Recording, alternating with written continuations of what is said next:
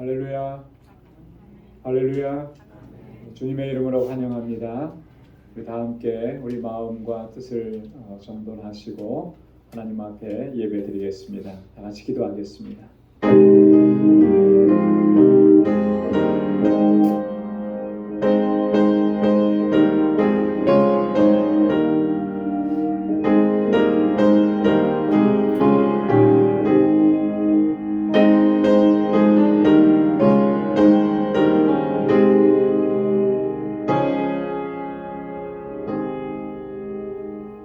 여호와는 은혜로우시며 의로우시며 우리 하나님은 자비하시도다. 여호와께서는 어리석은 자를 보존하시나니 내가 낮게 될 때에 나를 구원하셨도다. 내 영혼아 내 평안함에 돌아갈지어다. 여호와께서 너를 후대하심이로다. 여호와께서 내게 주신 모든 은혜를 무엇으로 보답할꼬. 내가 구원의 잔을 들고 여호와의 이름을 부르며 여호와의 모든 백성 앞에서 나의 소원을 여호와께 갚으리로다. 아멘. 자비하시고 내가 풍성하신 하나님 감사합니다. 거룩한 성일 이후 오늘까지 주님의 선하신 인도하심 가운데 우리를 지키시고 보호해 주심을 감사합니다. 이 저녁에 다시금 주님 앞에 나와 하나님의 성호를 찬양하며 아버지 하나님께 예배케 하심 또한 감사합니다. 하나님, 우리의 온 마음과 정성을 다하여 하나님을 예배하는 저희들 되게 하여 주옵소서. 우리의 예배를 기뻐 흠양해 주시고 오늘도 예비하신 주님의 은혜와 평강으로 덧입혀 주시고 날마다 매일매일의 삶이 하나님의 임재 안에 살아가는 삶이 되도록 우리를 붙잡아 주시고 인도하여 주옵소서. 이 예수님의 이름으로 기원하옵나이다. 아멘. 전능하사 천지를 만드신 하나님 아버지를 내가 믿사오며 그 외아들 우리 주 예수 그리스도를 믿사오니 이는 성령으로 잉태하사 동정녀 마리아에게 나시고 본디오 빌라도에게 고난을 받으사 십자가에 못 박혀 죽으시고 장사한 지 사흘 만에 죽은 자 가운데서 다시 살아나시며 하늘에 오르사 전능하신 하나님 우편에 앉아 계시다가 저리로서 산자와 죽은 자를 심판하러 오시리라. 성령을 믿사오며 거룩한 공예와 성도가 서로 교통하는 것과 죄를 사하여 주시는 것과 몸이 다시 사는 것과 영원히 사는 것을 믿사옵나이다. 아멘. 찬양으로 하나님께 영광을 돌리겠습니다. 내가 주인 삼은 모든 것 내려놓고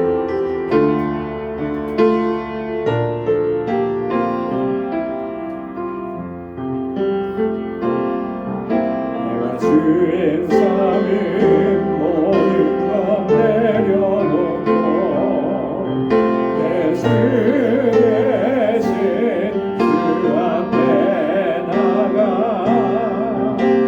사랑했던 모든 것 내려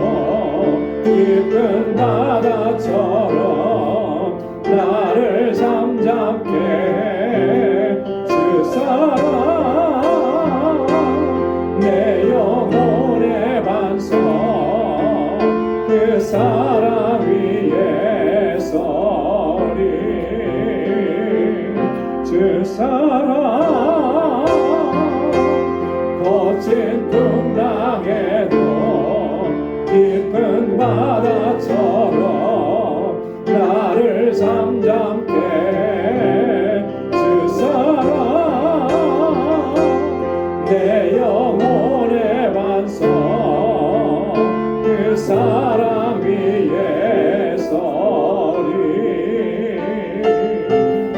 그 사랑 위에 서리.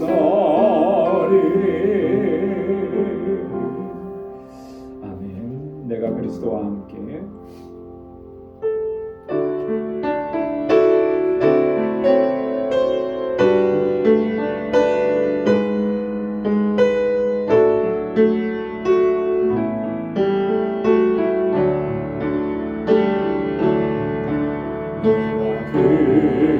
그리스도와 함께 십자가에 못 박혔나니 그런즉 이제 내가 산 것 아니요 오직 내 안에 예수께서 사신 것이라. 이제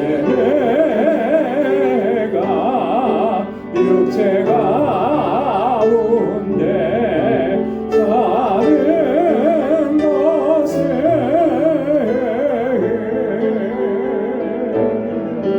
나를 사랑하사 자기 몸 버리신 예수 위에 산 것이라. 그리스도와 함께 십자가에 못 박혔나니 그런즉 이제 내가 산 것 아니요 오직 내 안에 예수께서 사신 것이라.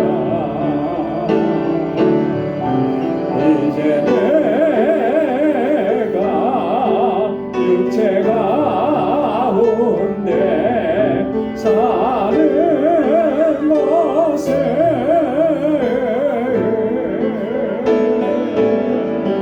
나를 사랑하사 자기 몸 버리신 예수 위에 산 것이라. 이제 내가 육체 가운데 사는 것은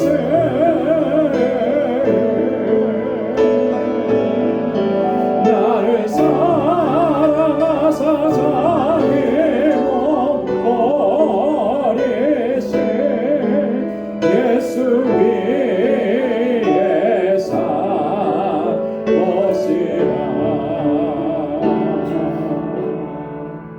아멘. 우리 주님을 위해서 살려 힘차게 박수하며 찬양하겠습니다. 십자가에 끌려서 그대를 지키려 있는가 더러운 죄 위대하는 능력을 그대를 참으지 않을까 예수의 보혈로 그대를 지키려 있는가 마음속에 여러 가지 죄악이 깨끗이 씻기려 있는가 주 예수와 만나신 오늘 함께 그대의 행동을 아는가 아무 때나 어디든지 그대는 십자가 붙들고 있는가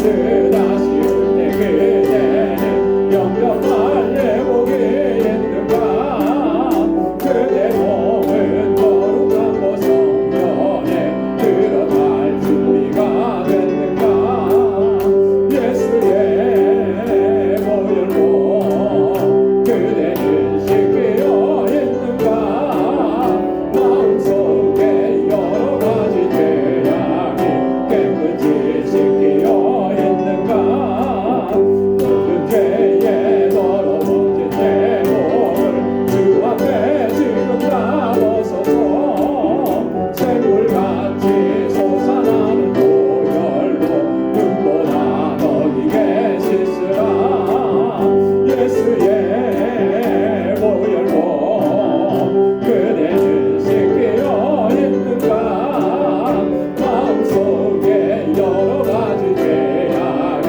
깨끗이 씻기어 있는가 예수의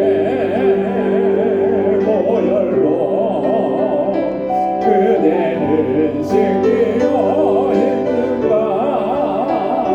마음속에 여러 가지 죄악이 깨끗이 씻기어 있는가 아멘. 주님의 보혈로 깨끗하게 씻어주실 줄로 믿습니다. 내 주 되신 주를 참 사랑하며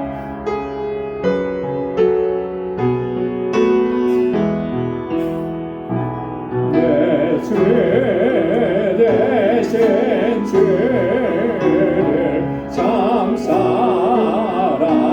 사랑하고 또 그에게 죄를 다 고하리라 그는 애를 주신 내 예수시니 이전보다 더욱 사랑합니다 주날 사랑하사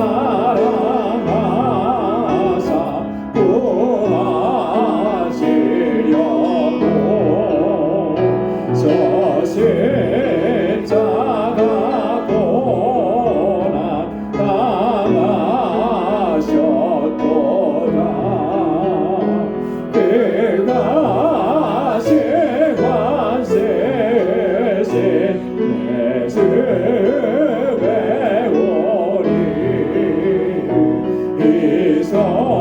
이선보다 더욱 사랑합니다 내 평생의 힘쓸 그 길을 주 예수의 덕을 늘 기다가 숨질 때에라도 내 할 말씀이 이선보다 더욱 사랑합니다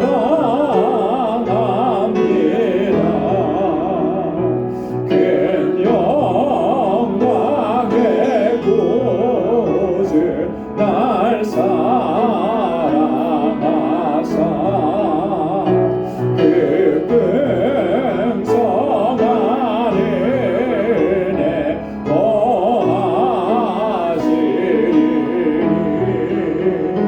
금열 유관 세고 찬송할 만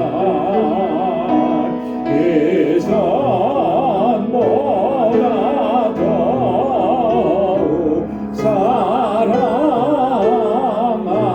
사랑합니다 아멘. 우리 이 시간 다 같이 통성으로 함께 기도하겠습니다. 이 한 해 주님만 바라보며 믿음 안에서 행하게 하옵소서. 우리의 믿음을 더욱 견고하게 해주시고 성령으로 충만케 해주시고 주님 앞에 충성스러운 종으로 서게 하여 주옵소서. 우리 교회를 위해서 이 교회에 세워주신 주의 종들과 우리 사역자들을 위해서 또 각 기관들을 위해서 우리 주일학교와 유스그룹과 EM 우리 교사들과 또 우리 전도사님 위해서 함께 기도해 주시고 우리 지체들을 위해서 연로하신 우리 어르신들 또 육신적으로 연약함이 있는 우리의 형제 자매들을 위해서 기도해 주시고 우리 선교지를 위해서 특별히 알라메다 방주교회 또 힐과 로레타 사역자들을 위해서 이번에 알라메다 방주교회 방문 일정을 위해서 함께 기도해 주시고 오늘 이 시간 주님 앞에 가지고 나온 우리 간절한 기도의 제목 다 같이 통성으로 하나님께 아뢰겠습니다. 거룩하신 아버지 하나님 참 감사합니다. 저희들을 사랑하시고 하나님 놀라우신 은혜를 베풀어 주시고 날마다 이렇게 주님의 능력 안에서 승리의 삶을 살아갈 수 있도록 인도해 주심을 감사합니다. 아버지 하나님 오늘 이전에게도 다시 불러주셔서 하나님의 성호를 찬양하고 예배케 하시오니 하나님 감사합니다. 주님을 사랑하는 이 마음이 변치 않게 하시고 어제보다 오늘보다 내일이 더 주님을 사랑하고 주님께서 가까이 나아가는 저희들 되게 하여 주옵소서. 아버지 하나님 주님과 함께 늘 동행하는 삶이 되게 하시고 믿음 안에서 행할 수 있도록 인도하여 주시옵소서. 오직 주님만 바라보게 하시고 우리의 마음과 우리의 시선을 주님께 고정시키고 달려갈 수 있도록 도와주옵소서. 우리의 믿음을 견고케 하셔서 하나님 이 세상에서 어떠한 환난과 어려움과 고난과 시험을 겪어도 결코 흔들리지 않게 하시고 낙심하지 않도록 도와주옵소서. 소망의 주님만 바라보게 하시고 주님의 약속을 붙잡고 나아가는 우리 모든 방주의 권속들이 다 되게 하여 주시옵소서. 우리 방주교회를 든든하게 지켜주시고 견고하게 세우셔서 이 세대 가운데 하나님 주여 주신 이 사명 잘 감당하게 도와주옵소서. 구원의 방주로서의 아버지 하나님 사명을 온전히 감당하게 하셔서 날마다 이 선이 하나님 찾으시는 영혼들로 새 생명의 역사로 풍성하게 일어나도록 역사하여 주시고 우리 한 사람 한 사람에게 하나님 영혼 구원의 사명을 아버지 하나님 정말 마음을 다하고 뜻을 다해서 감당해내는 우리 모두가 되게 하여 주시옵소서. 이 재단에 세워주신 하나님의 귀한 종들 사랑하는 주의 신실한 주의 일꾼들 주님의 능력의 장중에 붙들어 주시고 믿음으로 역사하는 주의 종들이 되게 하여 주옵소서. 아버지 하나님 주님 성령으로 충만하게 하옵시고 하나님의 지혜로 충만케 하여 주시옵소서. 아버지 하나님 주님을 사랑하는 마음으로 이 재단을 섬기게 하시고 우리 지체들을 섬겨나가는 귀한 종들이 되게 하소서. 하나님 아버지 우리 방주교회가 믿음의 역사와 사랑의 수고와 소망의 인내로 소문난 교회가 되게 하여 주시옵소서. 하나님 이곳에서 자라나는 우리 어린 심령들 사랑하는 학생들 우리의 성장면들 하나님 붙잡아 주시고 우리의 자녀손들이 하나님 믿음 안에서 견고하게 서게 하소서. 이 세대 가운데 하나님의 귀한 일꾼들로 모두가 다 쓰임받게 하시고 믿음의 용사들이 다 되게 하여 주시옵소서.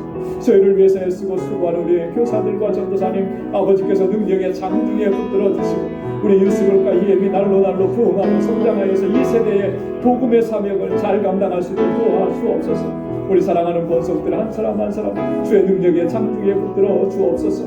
아버지 하나님 모든 염려와 근심과 걱정을 다 주님께 내어 맡기게 하시고 항상 주님과 동행하게 하옵소서. 저의 눈물과 고통과 아픔을 기억해 주시고 주님의 긍휼의 손길로 붙잡아 주시어서 하나님 저의 가정이 평안케 하시고 아버지 저에게 주신 일터가 든든하게 하시고 하나님 허락해 주신 믿음의 기업이 견고하게 서서 하나님께 영광 돌리는 기업이 되도록 도와주옵소서. 하나님 아버지 우리 알라메다 방주교회 하나님 든든하게 세워주시고 날마다 구원의 역사를 더해주시니 감사합니다. 우리 힐과 로레타와 모든 사역자들 아버지 하나님께서 능력의 장중에 붙들어 주시옵소서. 아버지 하나님 이번에 알라메다 방주교회 방문의 모든 일정들을 주님께서 주장하여 주셔서 아버지 하나님 다시 한번 우리 알라메다 방주교회가 한 번 더 도약할 수 있는 귀한 기회가 되도록 도와주옵시고 이 일을 위해서 우리 온 교회가 마음과 뜻을 같이 할 수 있도록 도와주옵소서. 하나님 이 시간 주님께 나와 저희들 간절한 기도의 제목을 아뢰고 간구하오니 주의 종들의 기도마다 주의 선하신 응답을 허락해 주시고 오늘도 주님의 말씀으로 우리를 새롭게 하셔서 새로운 결단과 각오로 주님 앞에서는 이 시간 되게 하여 주시옵소서. 모든 감사와 영광을 주님께 올려드리며 예수님의 이름으로 간절히 기도드리옵나이다. 아멘. 할렐루야. 주님의 선하신 응답이 있을 줄로 믿습니다. 우리 이제 하나님의 말씀을 같이 묵상하겠습니다. 오늘 묵상할 하나님 말씀은 갈라디아서 제2장 15절부터 마지막 21절까지입니다. 갈라디아서 제2장 15절에서 마지막 절까지 한 절씩 교독하겠습니다. 우리는 본래 유대인이요 이방 죄인이 아니로되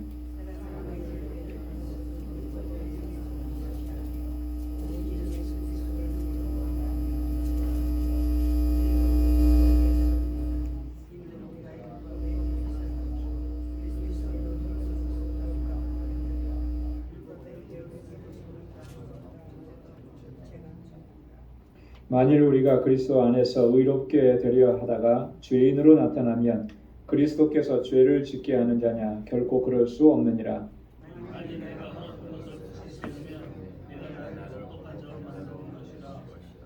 내가 율법으로 말미암아 율법을 향하여 죽었나니 이는 하나님을 향하여 살려 함이니라.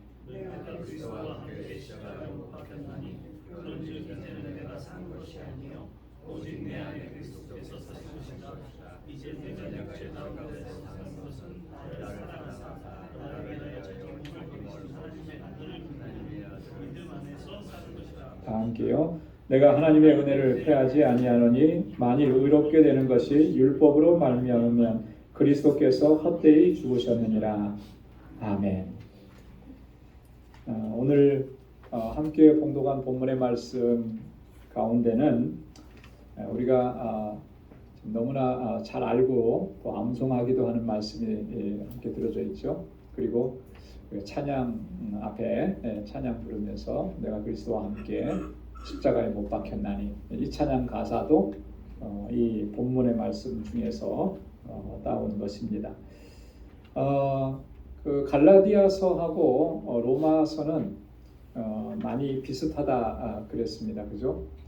어떤 면에서 비슷하냐 하면 오늘 함께 봉독한 본문의 말씀에서도 우리가 알 수 있듯이 그 이신칭의 믿음으로 말미암아 우리가 의롭다함을 얻는다라고 하는 이 주제를 가지고 복음을 설명하는 거예요. 그런 차원에서 갈라디아서와 로마서는 많이 흡사합니다.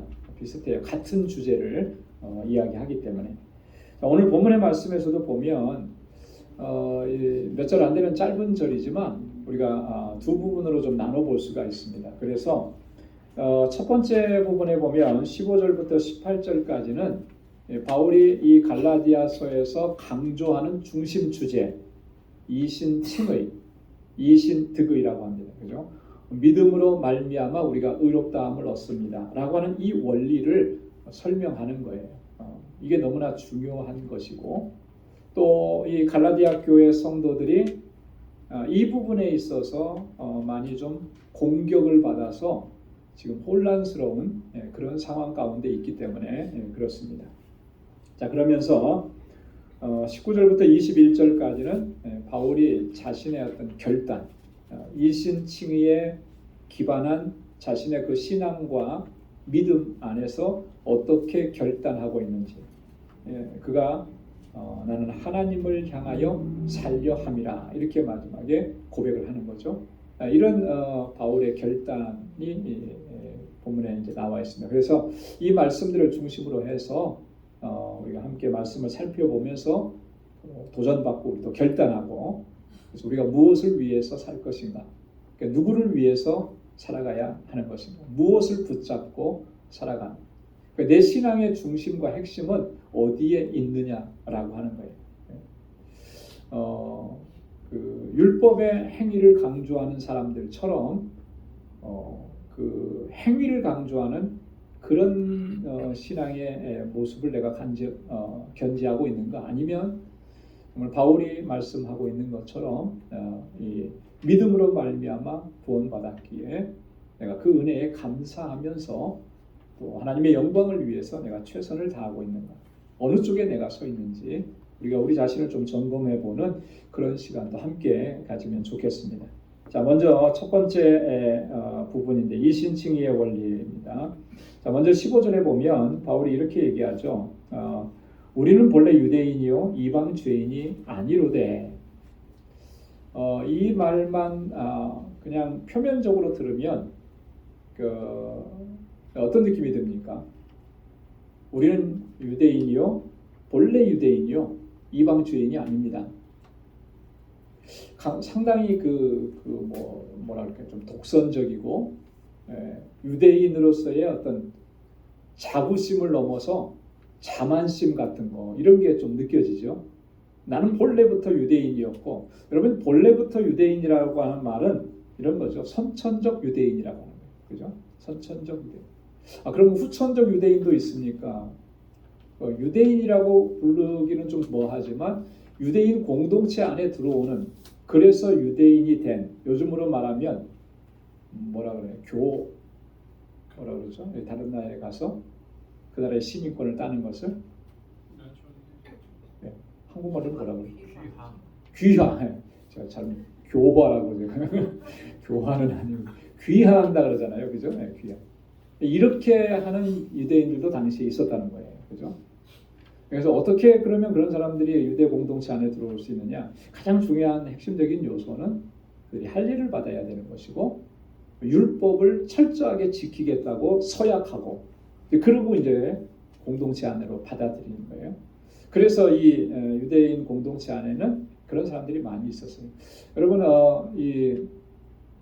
이미 그 이전부터도 모세 시대 때부터 출애굽할 때부터도 이 유대인 공동체 안에, 이스라엘 공동체 안에는요 다른 이민족들이 많이 들어와 있었어요. 그거 생각해 보셨습니까? 출애굽할 당시에 완전히 그냥 이스라엘 사람들만 출애굽해서 같이 나온 게 아니에요. 우리가 보통 출애굽할 당시에 대략 그 인구가 어느 정도냐 하냐면은 한 200만 정도 된다 그러거든요. 싸움에 나가서 싸울 수 있는 남자들, 장정들만 60만 명이라 그랬어요. 그러니까 거기에 뭐 여성 포함하고 어린아이 또 연세 드신 분들 다 포함하면 한 200명은 좋게 넘을 것이다 그랬는데, 출애굽기서를 잘 읽어보면요 이스라엘 사람들만 나온 게 아니고 거기에 성경의 표현대로 뭐냐면 수다한 잡족들이라고 했어요. 그러니까 다른 민족 사람들도 유대인들이 나올 때, 이스라엘 사람들이 나올 때 함께 나와서 그 그룹에 같이 있었다라고 하는 거죠. 그러니까 이스라엘은 이미 그 민족으로서 어떤 형성을 갖출 때부터 순수한 이스라엘 혈통을 가진 그런 사람들 외에 이민족들도 많이 섞여 있었다라고 하는 거예요. 근데 그들이 그 공동체 안에서 살아갈 수 있으려면 반드시 뭘 해야 되는 거예요, 그죠? 할례를 받아야 되고 율법을 철저하게 지켜야 되는 거예요. 자, 그래서 우리가 굉장히 유대인 사회를 폐쇄적으로만 보는데 그렇지 않아요. 많이 이렇게 이런 식으로 많지는 않았지만 그렇게 다 받아들였다라고 하는 것입니다. 그런 게 있었기 때문에 바울이 본래 나는 유대인이다 이렇게 얘기를 하는 거예요. 이방 죄인은 아니다. 이 말 속에서 뭐가 느껴집니까? 이방 죄인. 그러니까 당시 유대인들이 가지고 있었던 이 선민 사상이 얼마나 정말 강한지를 볼 수가 있는 거죠. 자신들은 구원받은 선민이에요. 그래서 그거에 대한 자부심이 굉장히 많아요. 이방 사람들과는 차별을 두는 것이죠. 이방 사람들은 뭐라 그러는 거예요? 죄인이라고 취급을 해버리는 거죠. 근데 바울이 이 얘기를 하는 것은 정말로 바울이 그렇게 생각했기 때문에 이런 표현을 쓰는 것이라고 볼 수는 없습니다. 그렇죠? 만약에 바울의 생각이 진짜 그랬다면 바울은 지금 이방인 선교를 할 자격이 없는 거예요. 바울은 하나님께서 바울을 이방인들에게 복음을 증거하라고 이방인의 사도로 부르셨는데 바울이 이런 생각을 가지고 있다? 이건 말이 사실 안 되는 거죠. 그럼 왜 바울이 이런 얘기를 했냐면 그 뒤에 이제 바울이 전개하고자 하는 그러한 논리 때문에 이제 이렇게 얘기한 거예요. 뭐냐면 유대인들은 이렇게 자기들이 선민이라 그래서 대단하게 자부심을 가지고 그것을 넘어서서 자만심까지 있어서 이방인들을 이렇게 취급을 하는데, 그러면서 그들이 가장 강조하고 붙잡고 있는 게 뭐냐면 율법이라고 하는 거예요. 그죠? 우리가 하나님의 자녀가 되고 구원받은 것은 우리에게 율법이 있고 우리는 그 율법을 잘 지키기 때문에 하나님께서 우리를 구원해 주신 것이다. 이런 생각이 그 밑바탕에 깔려 있는 거예요. 근데 바울이 던지는 질문은 그런 거죠. 너희들이 정말 그러냐라고 하는 거예요. 정말 그러냐. 그리고 그러면서 복음을 설명을 하죠. 복음을 설명하면서 복음에 의하면 율법의 행위로서는 의롭다 하심을 얻을 사람이 한 사람도 없다라고 합니다. 이것을 강조하기 위해서 바울이 그토록 이 유대인들이 자랑하는 그 내용들을 먼저 이렇게 이야기하는 것입니다. 자, 그래서 16절에 보면 사람이 의롭게 되는 것은 율법의 행위에서 난 것이 아니요 오직 예수 그리스도를 믿음으로 말미암는 줄 아는 고로 우리도 그리스도 예수를 믿나니 이는 우리가 율법의 행위에서 아니고 그리스도를 믿음으로 의롭다함을 얻으려 함이라. 율법의 행위로서는 의롭다함을 얻을 육체가 없느니라. 아멘. 자, 여러분 이 말씀의 의미를 우리는 다 잘 알고 또 우리도 그렇게 믿고 그렇게 신앙생활을 하고 있습니다. 그렇죠? 네, 여기서 아멘을 못하면 그렇지 않다라고 하는 것을 증명하는 게 되는 거니까 아멘을 할 수 있어야 돼요. 우리 그렇게 믿고 그렇게 지금까지 신앙생활을 한 거예요. 여러분 사람이 의롭게 된 거, 내가 의롭게 된 거 그게 율법의 행위였습니까? 율법의 행위라고 하니까 조금 어려워요.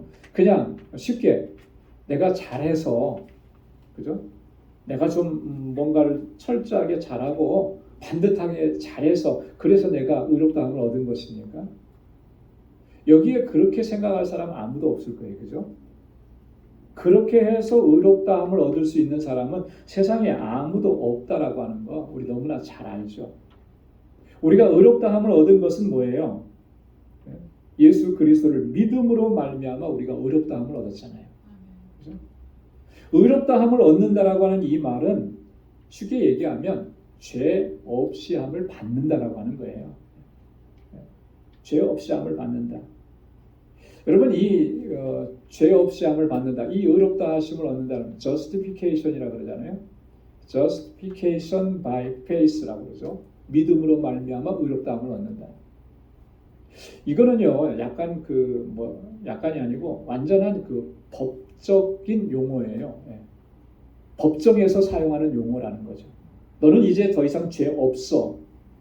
판사가 판결을 내리는 것과 같은 거라는 거예요. 그러니까 하나님께서 우리를 의롭다 하셨다라고 하는 것은 최종적인 판결이라고 하는 거예요.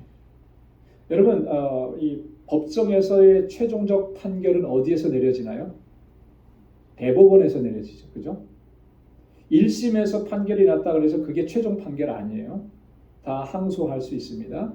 고등법원에서 판결을 내렸다고 해서 그게 최종 판결 아닙니다. 대법원으로 항고할 수 있어요. 그죠? 그러면 대법원에서 마지막으로 판결을 딱 내리는 거예요. 그래서 대법원 판사가 딱딱딱 하면서 이게 최종 판결입니다. 얘기하는 거죠. 우리를 의롭다고 하신 것은 하나님께서 우리에게 그렇게 최종적으로 판결을 내려주셨다라고 하는 말입니다. 그게 justification의 내용인 거예요. 자, 그러니까 여러분 너는 더 이상 죄가 없어 하고 대법원이 판결을 딱 내리면 그 다음엔 그 사람을 누가 죄인이라고 할 수 있습니까? 없죠. 똑같은 죄목으로 다시 그 사람을 고소할 수 있나요? 없어요. 그죠? 법에는 또 일사부재리의 원칙이라고 하는 게 있잖아요. 그죠? 한 번 이렇게 판결을 받은 것을 가지고 또다시 얘기할 수 없다라고 하는 거죠. 마찬가지라는 거예요. 하나님께서 우리를 의롭다고 하셨는데 로마서에 보면 누가 정죄하리요? 바울이 그랬잖아요. 이건 최종적인 판결이기 때문에 의롭다함을 얻는 건 바로 그런 거고요. 율법의 행위라고 하는 것은 아까도 말씀드렸던 것처럼 이 율법의 규례들을 철저하게 지켜나가는 거. 근데 사실 여기서 바울이 얘기하는 율법의 행위는 그것만 얘기하는 게 아니라 유대인들에게는 율법만 있는 게 아니에요. 그죠? 율법의 기름만 있는 게 아니고 또 다른 것들이 많이 있습니다. 그건 뭐냐면 그들이 가지고 있는 종교적인 규례들, 규범들이에요. 우리 그 교단에도 보면 교단을 이렇게 대표하는 헌법이라는 게 있어요. 그렇죠? 헌법에 근거해서 교회의 행정과 정치나 이런 모든 것들이 이루어져야 돼요. 만약에 그렇게 안 되면 그건 위법한 것이 되어버리는 거죠. 자, 그런데 헌법만 있냐면 우리 교회는 아직 없습니다만은 또 큰 교회들은 그런 걸 가지고 있어요. 뭐냐면 교회가 가지고 있는 내규라는 게 있어요. 그죠? 그러면 내규도 헌법의 범위 안에서 그 내규도 지켜야 되는 거예요. 그죠? 내규를 지키지 않으면 문제가 생기게 되는 거죠. 그러니까 이 유대 사회도 그런 거예요. 하나님이 주신 율례와 법도만 있는 게 아니라 그들이 수백 년, 수천 년 살아오면서 종교적으로 만들어 놓은 여러 가지 규례들이 있잖아요. 그런 것들 말하는 거예요. 그것도 철저하게 지켜야 되고, 또 그것을 넘어서서 모든 보편적인 도덕적인 윤리적인 선을 추구하는 이 모든 걸 다 포함하는 겁니다. 그래서 그 모든 것들을 철저하게 지켜야만 구원받는다라고 하는 것이 율법주의의 핵심이라고 하는 거예요. 자, 그런데 그렇게 할 수 있는 사람이 과연 누가 있느냐라고 하는 것이죠. 그래서 바울은 얘기하는 거예요. 그렇게 우리가 할 수 없기 때문에 하나님께서는 예수 그리스도를 우리 가운데 보내주셔서 그분이 우리가 할 수 없는, 우리가 연약해서 할 수 없는 것, 우리가 범죄한 이 모든 것들을 용서해 주시고 우리를 의롭다 하시기 위해서 예수 그리스도께서 오셔서 내가 죽어야 될 그 자리에서 대신 죽어 주신 거죠. 내가 짊어져야 되는 그 모든 죄값들을 대신 짊어지시고 십자가에 달려 돌아가셨다라는 거예요.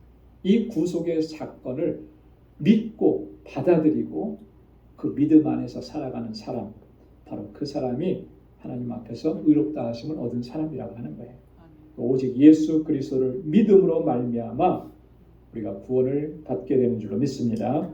자, 그래서 로마서 3장 20절에 그러므로 율법의 행위로 그의 앞에 의롭다 하심을 얻을 육체가 없나니 율법으로는 죄를 깨달음이니라. 로마서 3장 28절에 그러므로 사람이 의롭다 하심을 얻는 것은 율법의 행위에 있지 않고 믿음으로 되는 줄 우리가 인정하노라. 자, 여러분 어떻습니까? 갈라디아서에 있는 말씀과 로마서에 있는 말씀이 같아요. 그죠? 다르지 않습니다. 계속해서 바울은 이것을 강조하고 있는 거죠. 자, 율법의 행위로서는 의롭다 하심을 얻을 육체가 없다 그랬죠. 자, 여러분 이게 뭘 의미하는 것이겠습니까? 율법의 행위로서는 의롭다 하심을 얻을 수 없다. 물론 원칙적인 겁니다. 근데 이것이 이 선언이 말씀하고 있는 내용은 뭐냐면 이런 거예요.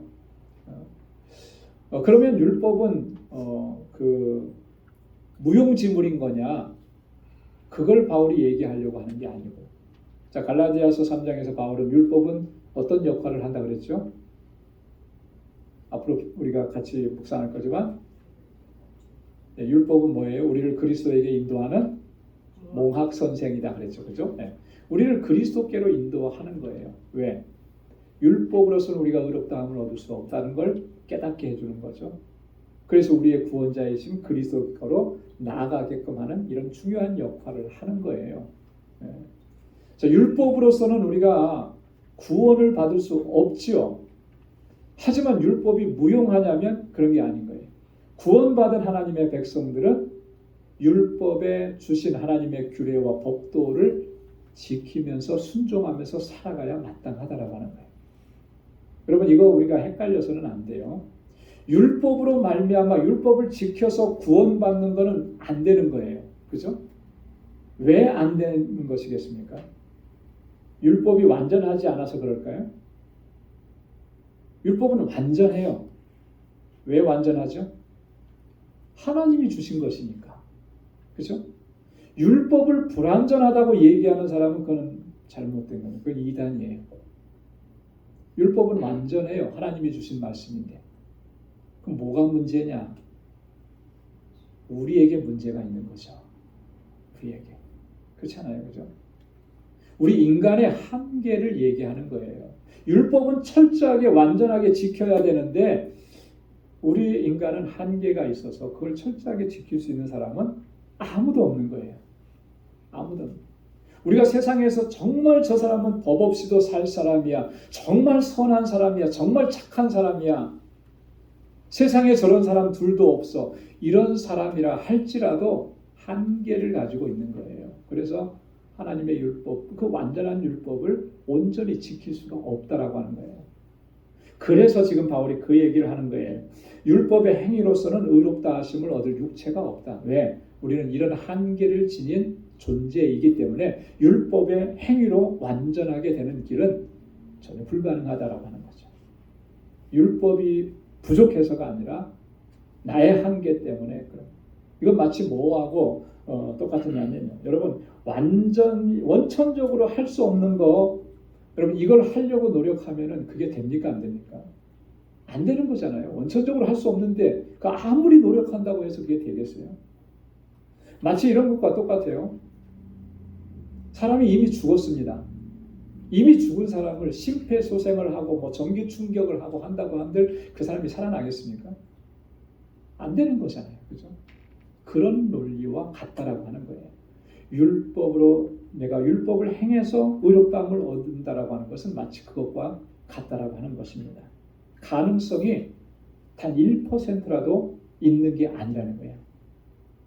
오직 우리가 의롭다 하심을 얻는 것은 예수 그리스도 그분을 믿음으로 말미암아 우리가 의롭다함을 얻게 하는 이런 은혜를 우리에게 주신 줄로 믿습니다. 자, 그 다음에 17절 말씀에 보면 만일 우리가 그리스도 안에서 의롭게 되려 하다가 죄인으로 나타나면 그리스도께서 죄를 짓게 하는 자냐? 그럴 수 없느니라. 그렇게 얘기하죠. 이게 무슨 말인가? 우리가 그리스도 안에서 의롭게 되려 하다가 죄인으로 나타나면 우리가 그리스도 안에서 의롭게 되는 게 맞죠. 그런데 왜 죄인으로 나타나게 되는가? 그러면 그리스도께서 죄를 짓게 하는 자냐? 그런 일은 있을 수 없다라고 하는 이건 이런 얘기인 거예요. 그러면 율법의 행위로서는 우리가 도무지 의롭다함을 얻을 수 없다라고 하는 이 사실, 이것을 깨닫고 우리가 의롭다함을 얻게 되는 것은 오직 예수 그리스도를 믿음으로만 가능하다라고 하는 이 사실을 깨닫고 그래서 율법으로부터 벗어났잖아요. 그죠? 그리스도의 복음을 받아들임으로 인해서 율법으로부터 자유함을 얻었고 자, 그런데 이렇게 복음을 받아들였음에도 불구하고 오늘 지금 갈라디아 교회 성도들을 향해서 얘기하는 거예요.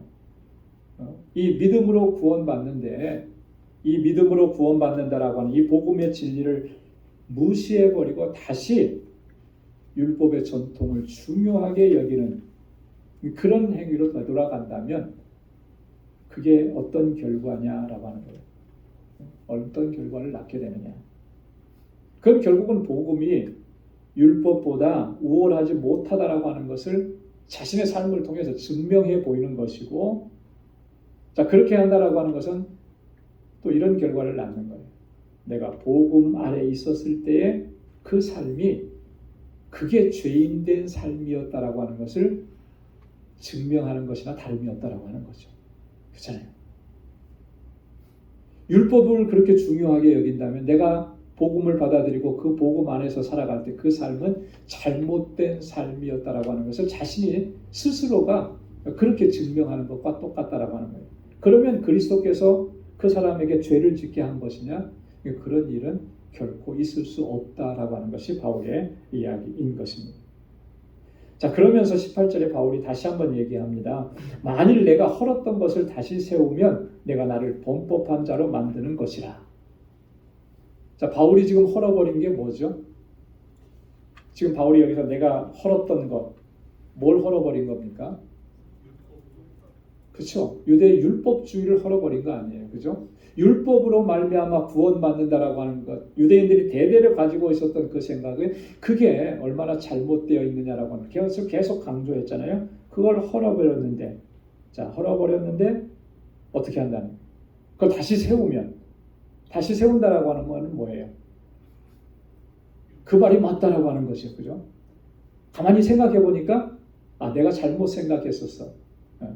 그렇게 하고 그걸 다시 율법을 행해야만 우리가 구원받아. 그걸 다시 이렇게 세운다면 결국은 내가 뭐가 되는 거예요? 내가 스스로가 나를 범법자로 만드는 거예요. 왜? 그 전에 율법을 헐어버렸었기 때문에. 그죠? 율법의 행위로서는 구원받지 못한다는 이 말을 했잖아요. 그래서 많은 사람들에게 얘기했는데 그러면 결국 내가 그렇게 했던 그 앞에 모든 행동들 그것을 잘못한 것으로 내가 인정하는 거가 되니까 결국 내가 나 스스로를 범법자로 만드는 것이다. 이거예요. 자가당착에 빠지게 된다라고 하는 거잖아요. 그죠? 자가당착이라는 말이 그런 말이잖아요. 그러니까 어떤 말이나 행동이 앞뒤가 맞지 않을 때 그 자가당착이라고 하죠. 앞에서는 이렇게 말해놓고 뒤에 가서는 이렇게 말하면서 앞에 얘기했던 것을 부정해버리는 거예요. 네, 그러면 그 말을 했던 사람도 나고 지금 이 말을 하는 사람도 나예요. 그러면 두 가지 말을 했으면 분명히 한 가지 말에 대해서는 내가 잘못한 거죠. 네, 그런 지금 이야기를 하는 거예요. 내가 율법으로 말미암아 의롭다 하심을 얻었다라고 하는 거 이거 잘못된 것이라고 얘기했는데 그거 헐어버렸는데 그걸 다시 세운다?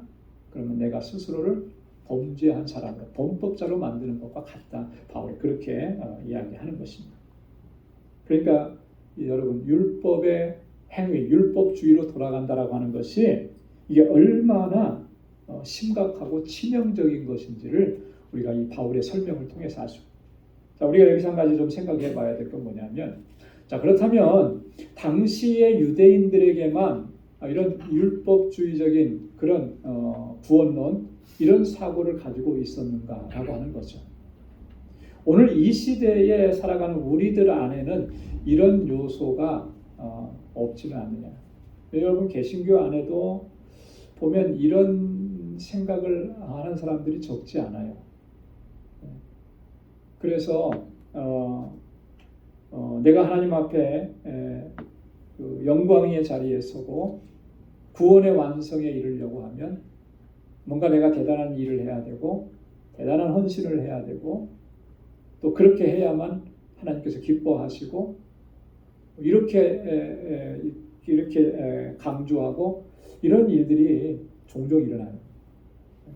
그래서 헌금을 강조할 때도 그렇게 해서 헌금을 많이 해야만 그 사람이 마치 천국에 갈 수 있다. 또 천국에 가서도 하나님께서 그런 설명하더라고요. 천국에 가도 다 상급이 달라서 뭐 봉사도 안 하고 헌금 생활도 안 하고 뭐 전도도 안 하고 하면은 천국에 가서 초가집에 산대요. 초가집. 헌금도 많이 하고 전도도 많이 하고 하면 황금으로 지은 대궐 같은 집에서 산다. 뭐 이렇게 비유하면서 설명을 하는. 들어보면 그럴듯할 것도 같아요. 우리 논리로 보면, 그죠? 여기서 그렇게 했으니까. 근데 과연 천국이라고 하는 것이 그럴까? 저는요, 그거 받아들이기 어렵더라고요. 천국은 본래 어떤 곳입니까? 비교가 안 되는 거잖아요, 서로가. 근데 벌써 초가집이 있고 대궐이 있으면 비교가 되잖아요. 그곳이 천국이면 여기하고 다를 게 뭐가 있겠어요, 그죠? 누구는 대궐에서 살고 누구는 초가집에, 아니 움막 짓고 살고. 천국에 왔다는 게 느껴질까요? 나는 움막에 사는데 옆집은 대궐에 살아. 천국은 그런 곳이 아니잖아요, 그죠? 그런데도 그렇게 하면서 막 뭐 헌금을 강요하고 뭐 이렇게 헌신을 강요하고 그런 거 아니거든요. 왜 그렇게 하는? 여러분, 그렇게 하는 게 또 거기에 우리가 막 솔깃해서 따라가는 게 다 뭐냐면 우리 안에도 율법주의적인 구원관이 있는 거예요. 그러니까 현혹이 되는 거예요. 그렇지 않겠습니까? 내가 조금만 여기서 더 하면 천국에 가서는 더 좋은 것. 이런 생각을 가지고 있는. 이게 그러니까 유대인들만 그런 생각 가지고 있는 게 아니고 우리도 다 정도는 다르지만 다 그런 게 있는 거예요. 그러면 이 생각에서 벗어나지 않으면 복음으로 말미암아 구원받는 이 하나님의 은혜에 대해서 우리가 제대로 알지 못하는 것입니다. 여러분, 우리가 열심히 하는 건 뭐 때문에 열심히 하는 거예요? 천국에 가서 좋은 자리 얻으려고 열심히 합니까? 헌금 생활도 열심히 하는 거 뭐 그거 왜 하는 거예요? 천국에 가서 하나님께서 나를 더 인정해 주시길 바라서 그렇게 하는 거예요. 그러면 그거는 아무 쓸모 없는 것들이에요. 그거 이렇게 백날 천날 해봤자 아무 의미 없습니다.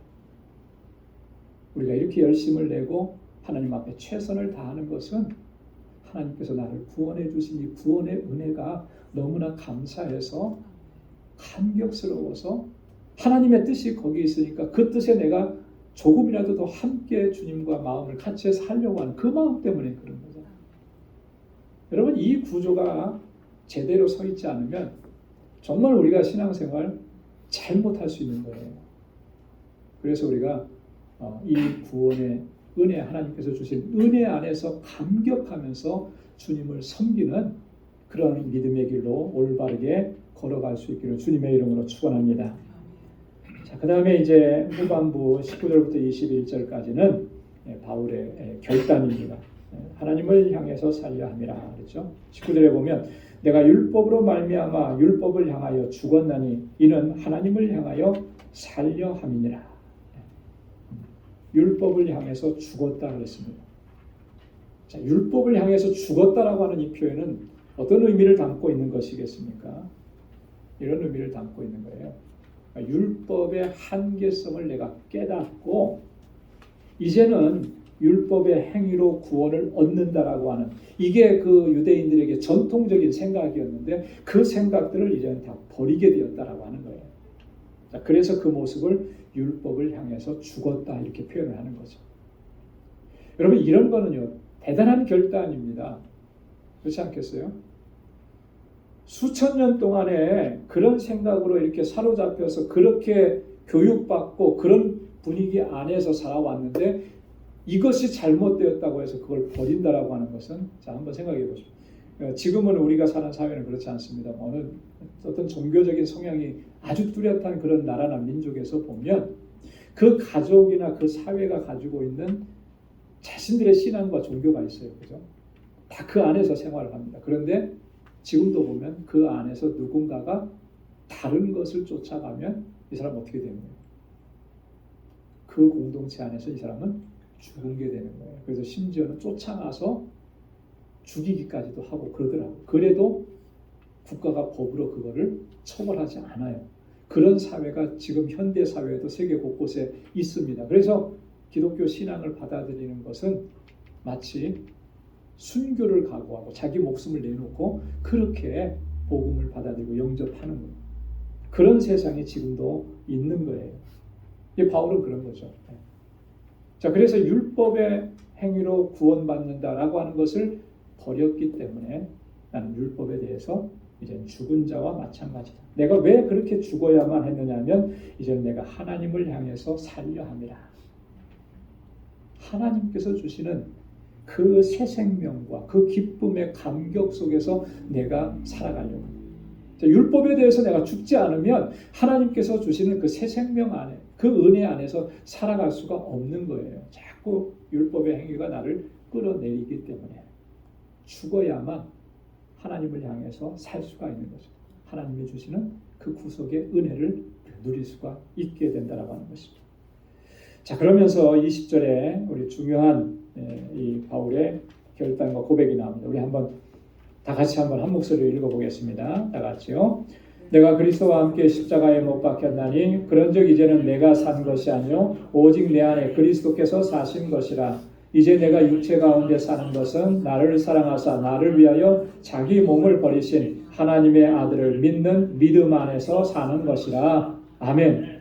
갈라디아서 2장 20절 이 말씀은 꼭 우리가 암송하면 참 좋을 것 같아요. 그래서 항상 이 말씀을 암송하고 또 우리 머릿속에 기억으로 생각하고 묵상하고 그렇게 해서 내가 그리스도와 함께 십자가에 못 박혔다. 무슨 말입니까? 그리스도께서 십자가에 못 박혀 돌아가신 것처럼 나도 그렇게 십자가에 못 박혀서 죽었다라고 하는 거죠. 여러분, 주님께서 십자가에 달려 돌아가신 것은요, 주님만 돌아가신 게 아니에요. 내가 죽은 거예요. 내가 죽은. 우리는 내 손에 못이 안 박혔으니까 그 고통과 아픔을 못 느껴서 나는 죽지 않은 것처럼 생각을 하는데, 내가 죽지 않으면 결코 십자가 사건으로 우리의 구속을 이루신 주님의 그 구속의 은혜에 우리가 동참할 수가 없는 거예요. 참 놀라운 것은요, 이 하나님께서 우리에게 구속의 은혜를 허락해 주실 때 그리스도와 연합하게 하신 겁니다. 그리스도와 연합하게. 그래서 그리스도께서 하신 모든 일들이 나에게 전가되고 적용이 되는 거예요. 우리 샴쌍둥이 아시죠? 샴쌍둥이. 둘인데 몸이 붙은 거예요. 그래서 한 사람처럼 돼버립니다. 그래서 그래서 학교에서도 많이 놀랐어요. 이게 한 사람이냐 두 사람이냐 이런 거. 그런데 보면은 이 샴쌍둥이는 붙은 몸에서는 거기서 느끼는 것들은 다 똑같이 느껴요. 그죠? 머리가 따로따로 떨어져 있으면은 생각은 따로따로 하지만 이 몸이 붙어 있잖아요. 그럼 여기서 느끼는 고통, 아픔, 이렇게 상처난 거 이런 것들을 같이 느끼는 거죠. 똑같이. 그런 거예요. 주님과 우리는 그렇게 연합한 거예요. 그래서 주님께서 십자가에 달려 돌아가실 때 우리도 같이 죽은 것이고, 주님께서 사망 권세를 깨뜨리시고 다시 부활하셔서 승리하셨을 때 우리도 다시 사는 거예요. 그게 주님과의 연합입니다. 그걸 우리에게 이루어 주셨다라고 합니다. 자, 그렇다면 우리가 앞에 찬양을 함께 불렀잖아요. 첫 번째 찬양 뭐예요? 내가 주인 삼은 모든 건 내려놓고. 그럼 내 삶의 주인은 누구예요? 내가 아니라 우리 주님이신 거죠. 나를 살리신 주님, 내 삶의 주인이신 거예요. 그래서 바울이 얘기하는 겁니다. 이제는 내가 사는 것이 아니고 내 안에 그리스도께서 사신 것이라. 할렐루야.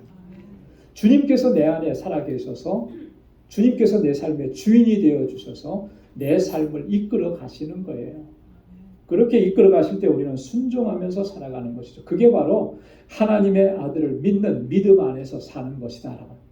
믿음 안에서 산다라고 하는 말은요, 여러 가지로 우리가 설명할 수 있는데 딱 한 가지 꼬집어서 딱 뽑아서 내서 얘기하라고 한다면 예수 그리스도께서 나의 주인이시고 주인 되신 주님 앞에 순종하면서, 절대적으로 순종하면서 살아가는 삶, 그것이 믿음으로 사는 삶인 줄로 믿습니다. 우리는 그런 존재들인 거예요. 왜요? 주님께서 내 안에서 사시기 때문에, 나의 주인이 되어주셨기 때문에. 그래서 우리는 하나님의 말씀대로 오직 하나님의 영광을 위해서 주님께 순종하면서 그렇게 나아가는. 여러분, 우리의 삶이 어떤지 이 시간 한번 돌아보시길 바랍니다. 나는 어떤가? 정말 나는 바울이 결단하고 있는 이런 결단과 이런 고백을 가지고 지금 믿음의 길을 걸어가고 있는가? 또 그렇게 걸어가기를 힘써야 하는 것이죠.